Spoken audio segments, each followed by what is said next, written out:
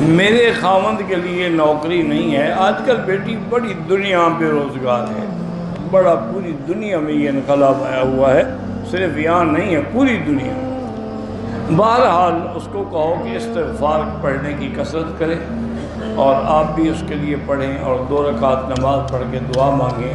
اللہ تعالیٰ ساری مشکلات کو حل کر دیں گے.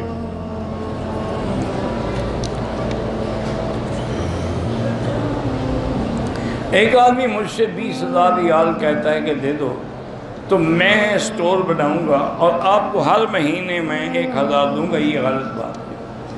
آپ یہ کر سکتے ہیں کہ بھی اسٹور بناؤ, میرے پیسے ہیں, پھر جو نفع ہو وہ بھی ہم تقسیم کریں گے, اور جو نقصان ہوگا وہ بھی تقسیم. رقم فکس کر کے پیسوں میں دینا, یہی تو سود ہے.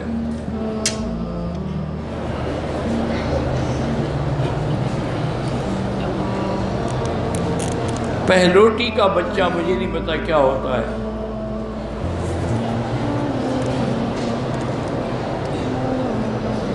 قرآن کی تفسیر جو ہے الدر المنصور بھی ہے, تفسیر ابن کثیر بھی ہے, تفسیر اضواء البیان بھی ہے. تو یہ سب تفسیریں قرآن کے ساتھ ہیں یا حدیث کے ساتھ, اور صحیح ہیں.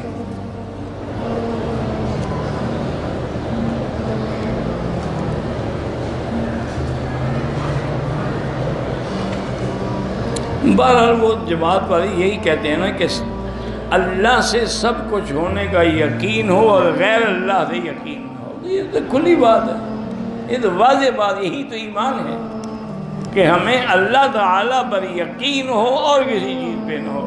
تو اللہ سے تعلق جوڑنا اور غیروں سے توڑنا, یہی ان کی محنت ہے. اگر تمہیں سمجھ نہیں آتی تو اللہ ہدایت دے.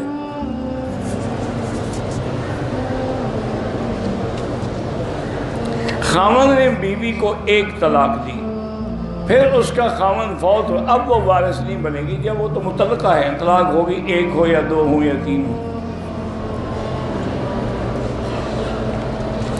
والدین نے بچوں کا عقیقہ نہیں کیا, کر لیں, یہ کم سے کم کوئی 4تھے دفعہ آپ چٹ بھیج رہے ہیں. کوئی خدا کا خوف بھی تو کرو نا. کوئی عادت ہو گئی ہے, آپ بتا دیا ہے کہ کرنا چاہو تو کر سکتے ہو, نہ کرو تو سنت تھی, نہیں ہو سکا تو نہیں ہو سکا.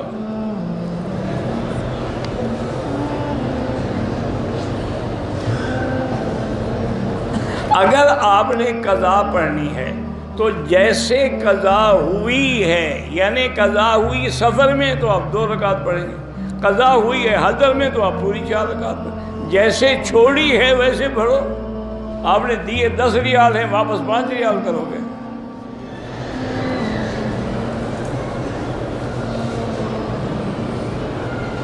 اگر ایک ہی سورت نماز میں پڑھتا رہے کرو اللہ, تو کوئی بات, ایک ہی پڑھتا رہے, سب جائز ہے.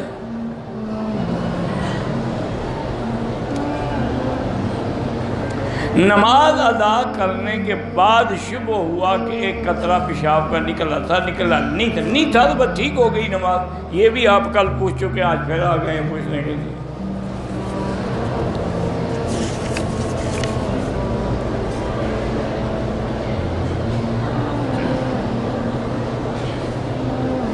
میری بیوی کو ناف کا مسئلہ ہے, پیٹ میں بھی تکلیف رہتی ہے.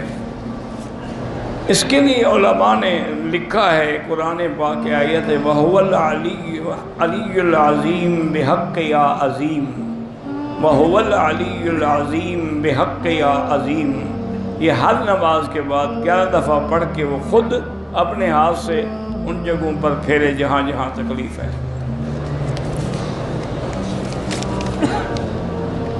مسلسل سر میں درد رہتا ہے. بہرحال یہ مئی گرین کی ایک تکلیف ہوتی ہے, اللہ پاک شفا عطا فرمائے.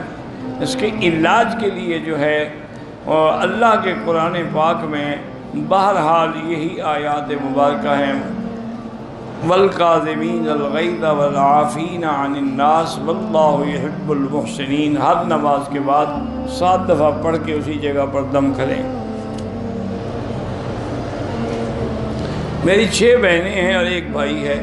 بھائی کو دوگنا ملے گا اور بہنوں کو آدھا آدھا ملے گا.